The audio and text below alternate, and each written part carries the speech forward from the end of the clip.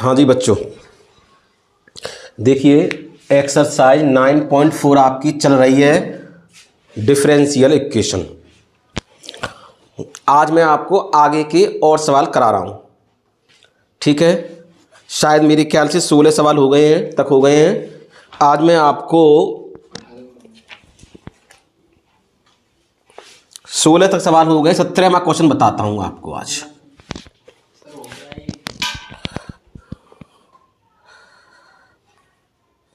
चलो 17वां भी आपका हो गया है। सवाल क्रम लेता हूँ मैं 18वां 18th क्वेश्चन।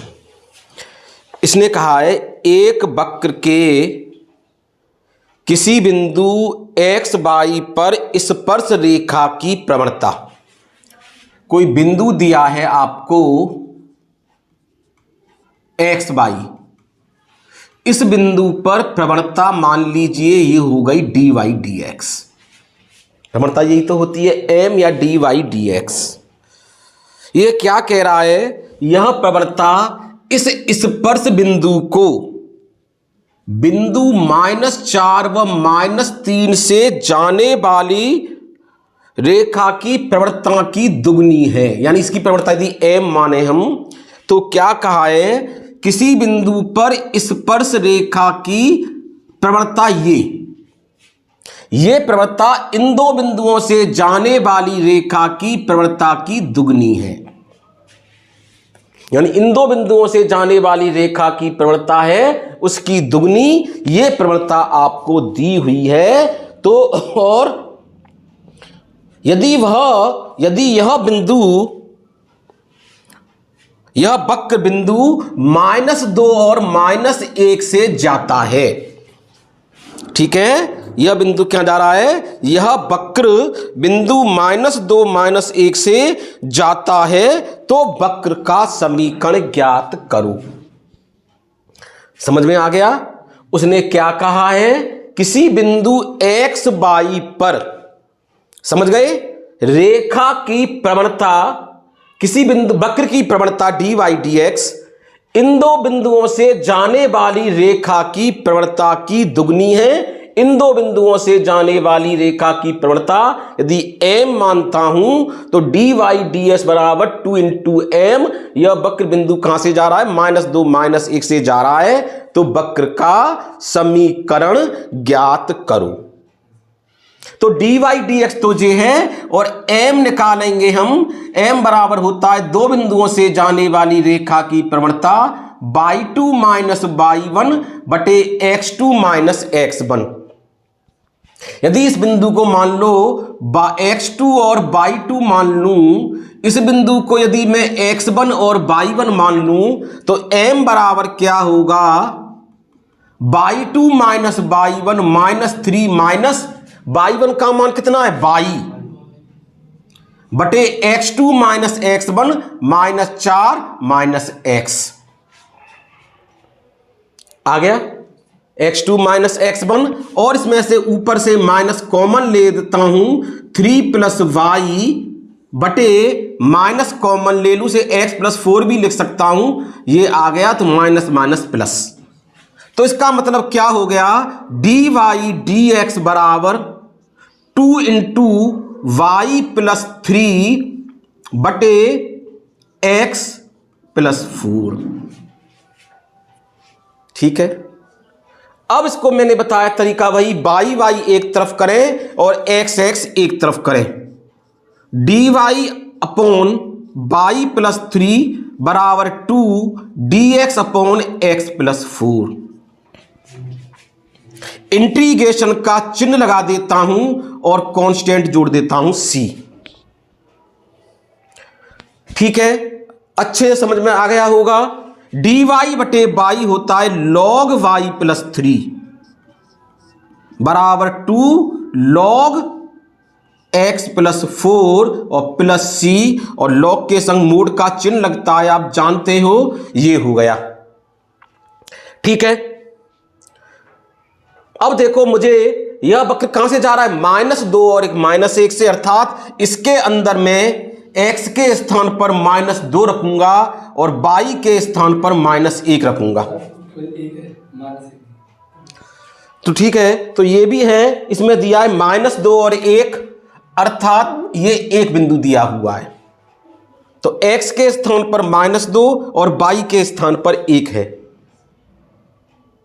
ठीक है, तो रखिए log y का मान 1 रखेंगे तो 1 + 3 बराबर 2 log x का मान -2 रखूंगा, -2 + 4 + c। आगे करते हैं log 4 बराबर 2 log 4 में से 2 जाएगा 2 + c।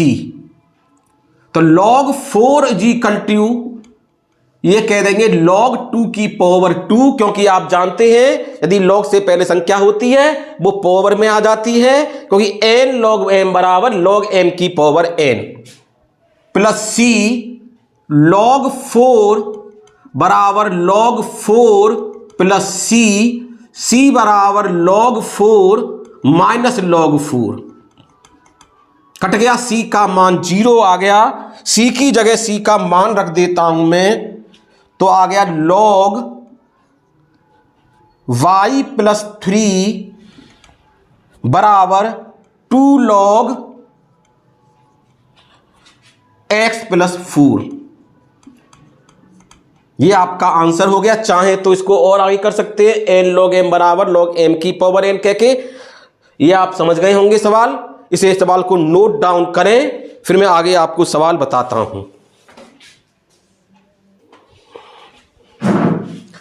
देखिए बच्चे, अगला सवाल लेता हूं मैं। 18 तक करा दिए हैं। ये आप देख रहे हो, आगे 14 में सवाल थ्योरेटिकल क्वेश्चन चल रहे हैं। 3-4 सवाल थ्योरेटिकल हैं। 19वां करा रहा हूं, 20वां और 21वां एक साथ 20वां करा दूंगा और 22वां। ठीक है, फिर अगली एक्सरसाइज शुरू करेंगे। तो देखो सवाल नंबर है, क्वेश्चन नंबर है 19। तो अच्छा सवाल है 19 भी। इसमें क्या है, एक गोलाकार गुब्बारे का आयतन जिसे हवा में भरकर फुलाया जा रहा है स्थिर गति से बदल रहा है। यदि आरंभ में इस गुब्बारे की त्रिज्या r 3 सेंटीमीटर है और 3 सेकंड बाद इसकी त्रिज्या 6 इकाई है, सेंटीमीटर बोल दिया, सेंटीमीटर नहीं है, इकाई है, तो t सेकंड पश्चात उस गुब्बारे की त्रिज्या ज्ञात करो। थोड़ा सा सवाल चेंज है। तो सबसे पहले जो पूछा है, माना गुब्बारे का आयतन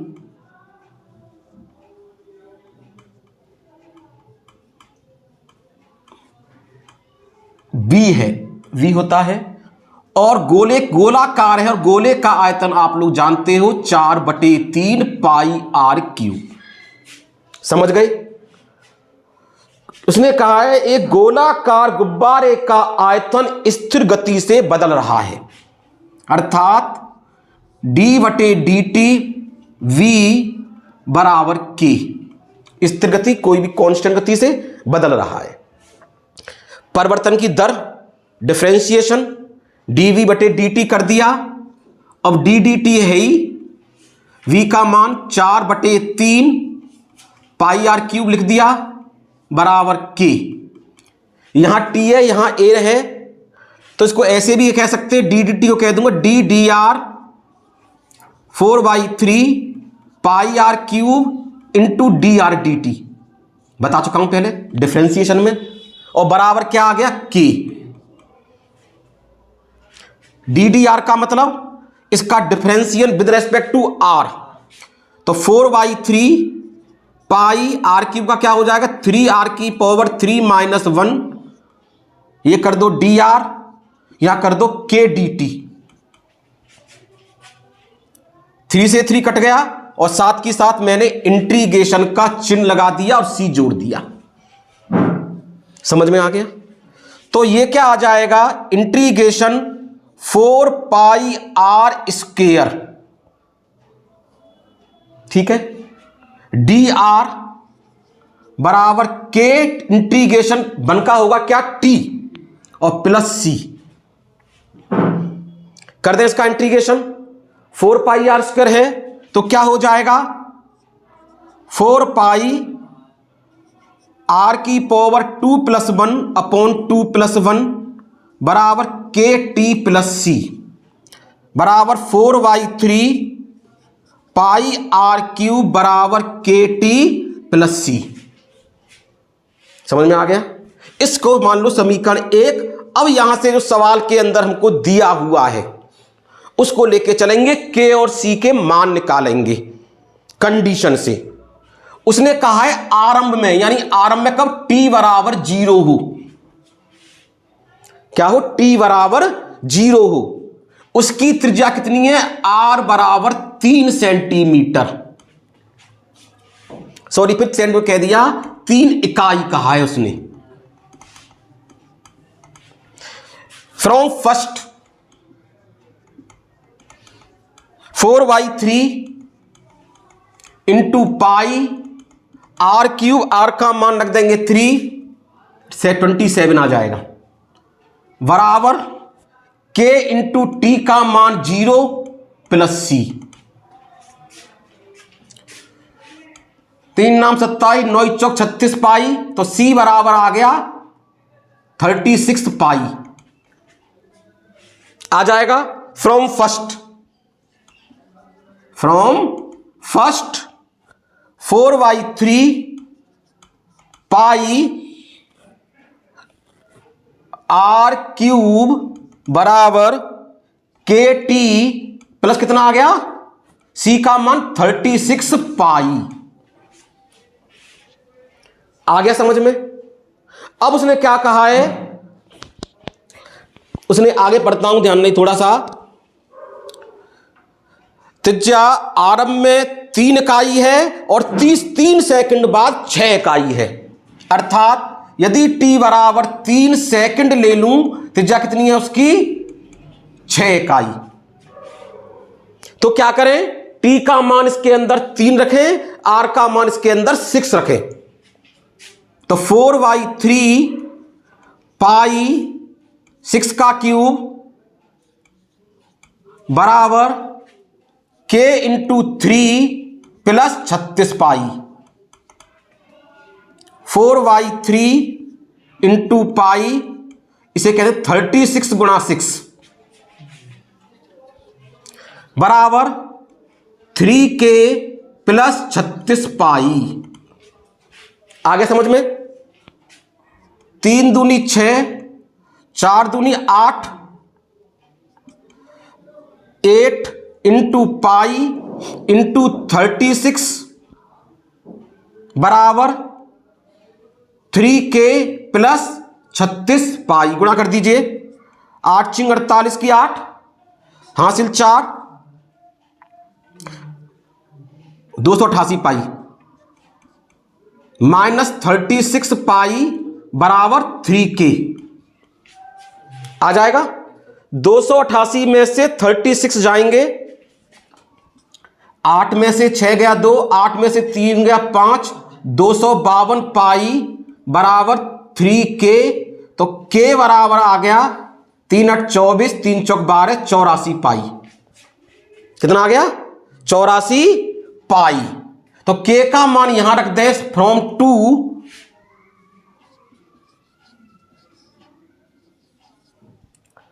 4/3 पाई आर क्यूब बराबर 84 पाई इंटू टी प्लस 36 पाई। ठीक है, अभी आगे और सवाल कराना है, पहले यहां पर इतना होता है वो नोट डाउन कर लीजिए, फिर आगे आपको सवाल में कराता हूं। अब देखो बच्चों, इस सवाल को आगे करता हूं मैं। ये क्या है, 4/3 पाई आर क्यूब बराबर, इसमें से 4 कॉमन ले लो और पाई कॉमन ले लो। 4 पाई कॉमन ले लिया तो क्या आएगा, 4 दूनी 8, 4 एकम 4, 21 प्लस 9 हो गया। 4 से 4 गया और पाई से, तो r³/3 बराबर 21 प्लस 9, या r³ बराबर 21 नहीं है जी, 21t है जी। तो सही करेंगे इसे, 21t प्लस 9, ये भी क्या हो गया 21t प्लस 9, तो ये r³ आ जाएगा 63t प्लस 27।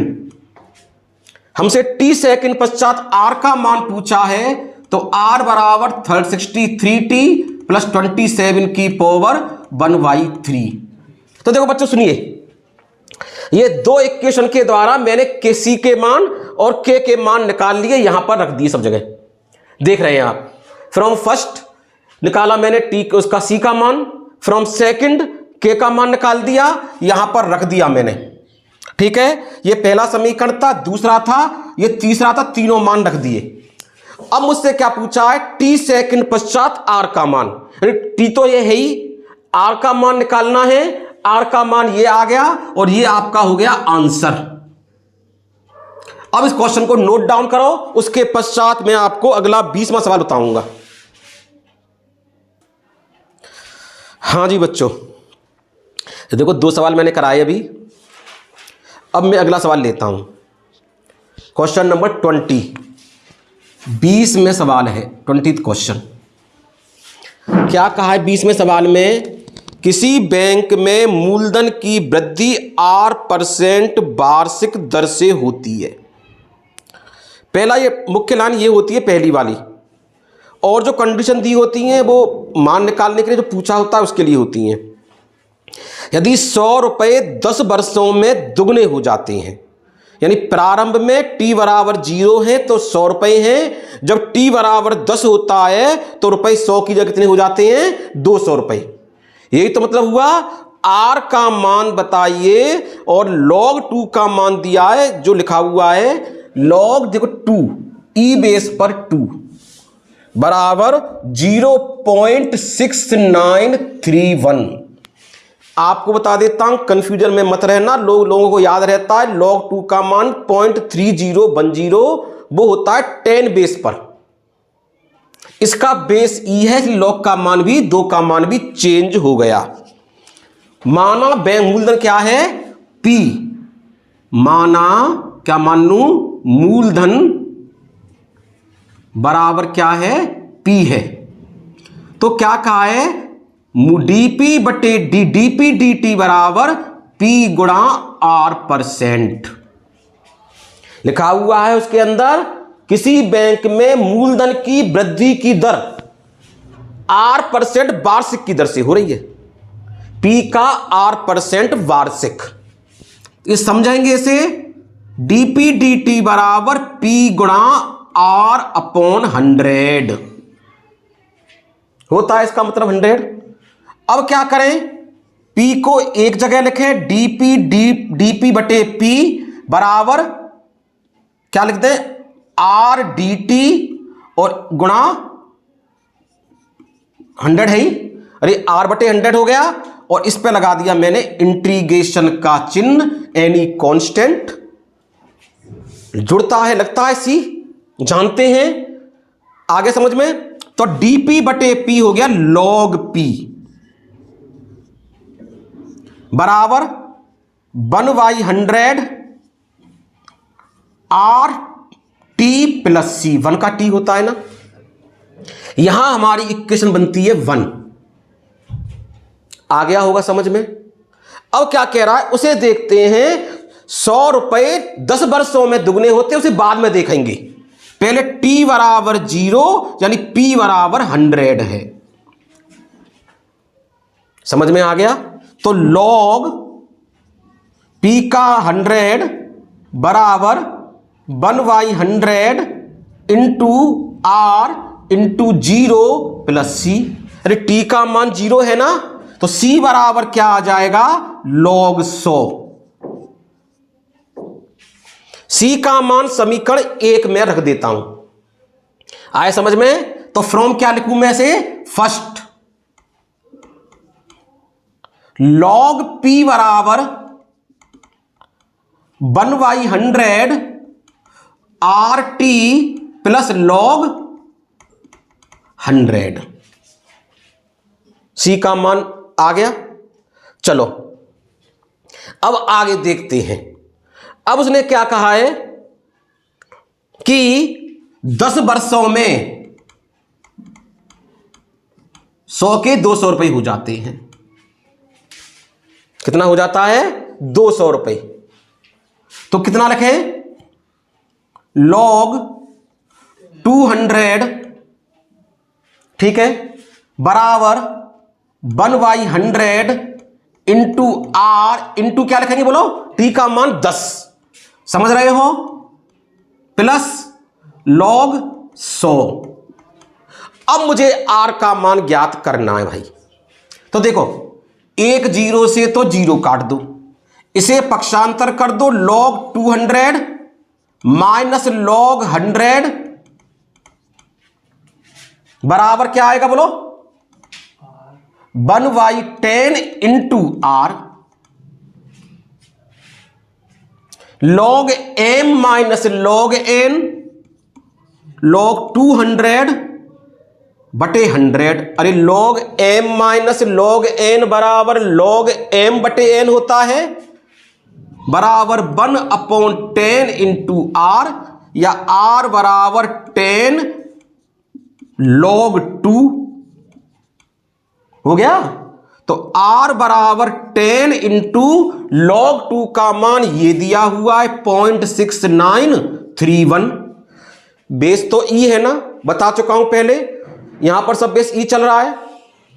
अब देखिए r बराबर आ गया 6.931। ये आपका आंसर आ गया। समझ में क्वेश्चन आ गया होगा। इस क्वेश्चन को नोट डाउन करें, और सेम ऐसा ही क्वेश्चन 21 है, उसे आप लोगों के लिए छोड़ रहा हूं मैं, उसे आप लोग करेंगे। देखिए बच्चों, अभी 20वां क्वेश्चन मैंने कराया था और 21वें के लिए कह दिया था 21वां क्वेश्चन आप लोग 21वां प्रश्न आप लोग अपने आप करेंगे। अब मैं क्वेश्चन करूंगा 22वां प्रश्न। सवाल पढ़ लेते हैं पहले। जब भी सवाल करें प्रश्न को बड़े ध्यान से पढ़ना है। प्रश्न को ध्यान से पढ़ लेंगे तो सवाल काफी हद तक क्लियर हो जाता है। तो सवाल पढ़ेंगे ध्यान से, मैं पढ़ रहा हूं, आप भी पढ़ेंगे, समझेंगे, सुनेंगे। किसी जीवाणु समूह में जीवाणुओं की संख्या 1 लाख है।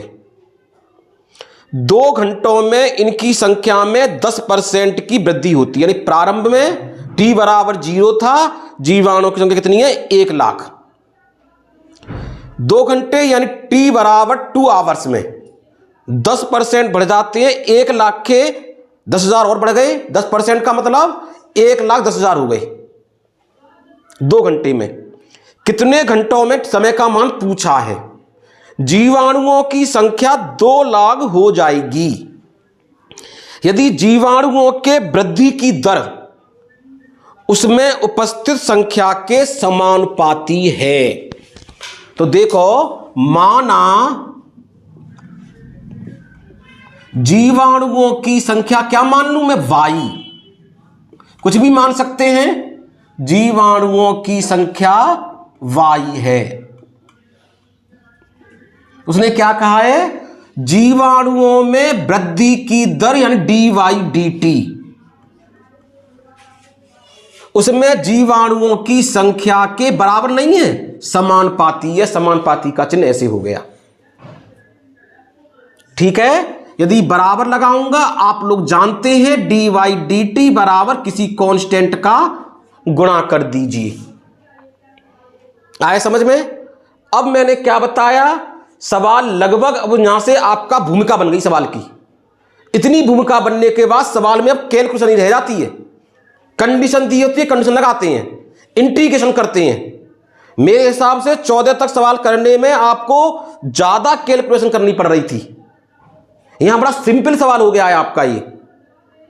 अब हम क्या करें, बाई वाई को एक तरफ करें, डी वाई अपॉन वाई बराबर के डी टी, और इंटीग्रेशन का चिन्ह लगाते ही सी हमने जोड़ दिया। अब लॉग वाई, समझ गए, बराबर के टी प्लस सी। काफी सवाल करा दिए, काफी हद तक क्लियर हो गया होगा। अब सवाल को लेता हूं मैं, दोबारा बताता हूं, दोबारा पढ़िए सवाल को।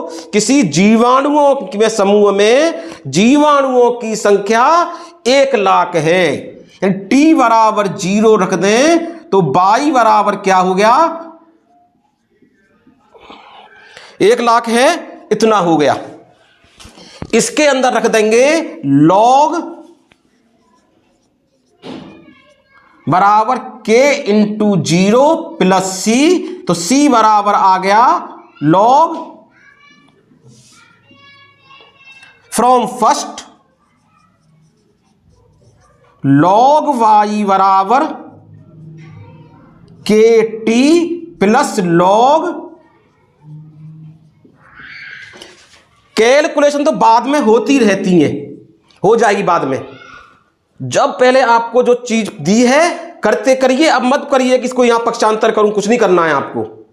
अब उसने क्या कहा है कि टी बराबर कितने घंटे में, 2 घंटों में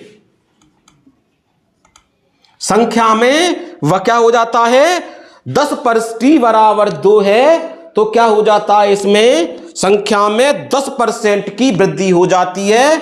यानी जो वाई होता है क्या होता है, पहले 1,00,000 था, गुणा 10% का मतलब 10/100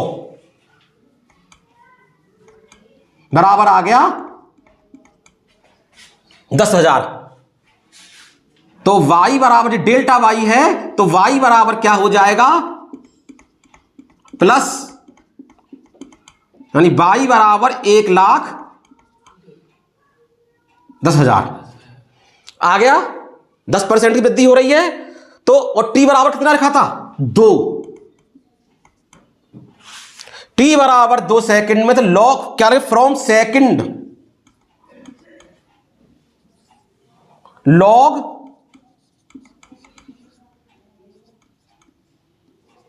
बराबर 2 इंटू के प्लस लॉग,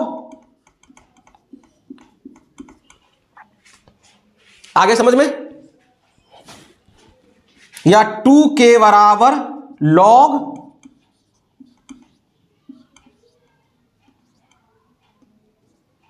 माइनस लॉग, आगे समझ में, या k बराबर 1/2 log m minus log n बराबर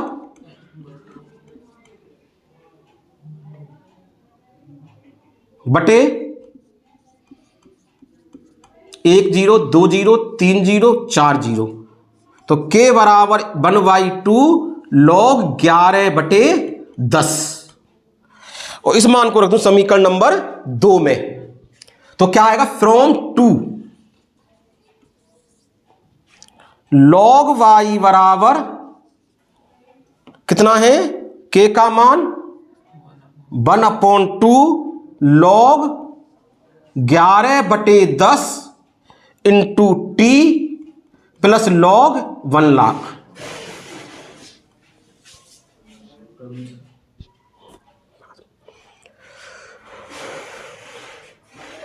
ठीक है, इतना आगे समझ में। अब समीकरण को मान लीजिए 3। अब उसने कहा क्या कहा है, कितने घंटों में जीवाणुओं की संख्या 2,00,000 हो जाएगी, यानी y का मान क्या है और t का मान हमसे पूछा है, तो log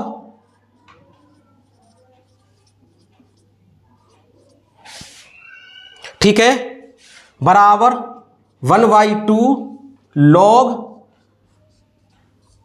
t प्लस log, आए समझ में। यहां चलते हैं, इसको यहां कर देते हैं हम, log माइनस लॉग बराबर, इधर टी और है 1/2 log 11/10 इंटू टी। आगे समझ में? log m minus log n, log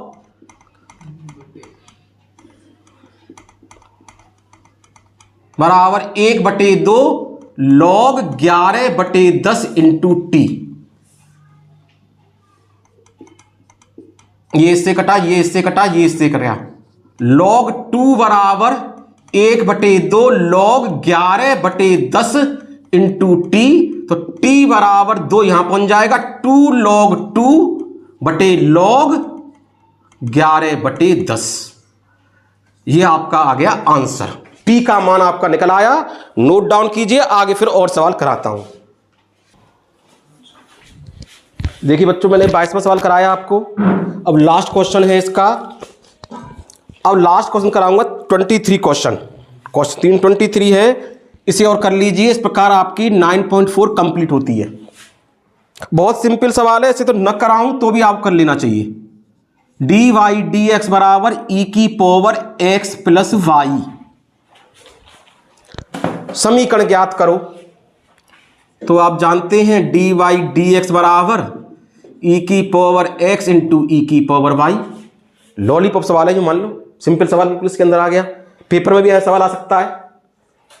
तो देखो वाई वाई एक तरफ हो जाएगा, डी वाई अपॉन ई की पावर माइनस वाई बराबर ई की पावर एक्स डी एक्स। लगा दीजिए इंटीग्रेशन सी। ठीक है, अच्छा ठीक है ये बात। अब इसे करते हैं। अभी तो नीचे ई की पावर वाई रहेगा क्योंकि नीचे ले गए। ई की पावर माइनस वाई बराबर ई की पावर एक्स डी एक्स। इधर है डी वाई बराबर प्लस सी। आगे समझ में?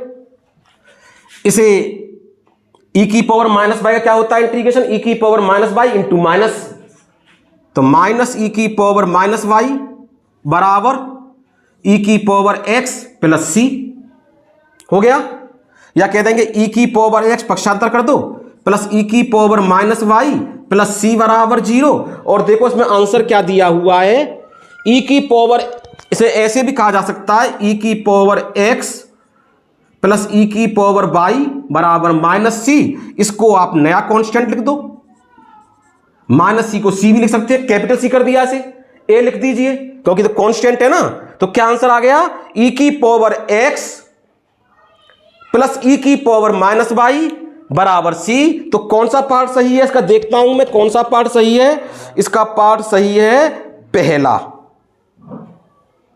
ठीक है, ई की पावर एक्स प्लस ई की पावर माइनस वाई। अब आपको हमें कैसे मालूम पड़ेगी पेपर में माइनस सी सी कर दिया है? ऐसा केवल एक ही क्वेश्चन है आंसर उसमें आपके हलों में जो दिए हैं ऑब्जेक्टिव टाइप, एक में प्लस है एक में माइनस है। ई की पावर एक्स प्लस ई की पावर माइनस वाई। इस प्रकार आपका 9.4 एक्सरसाइज कंप्लीट होती है। इसके सवाल करेंगे, फिर आगे आपको 9.5 शुरू कराऊंगा।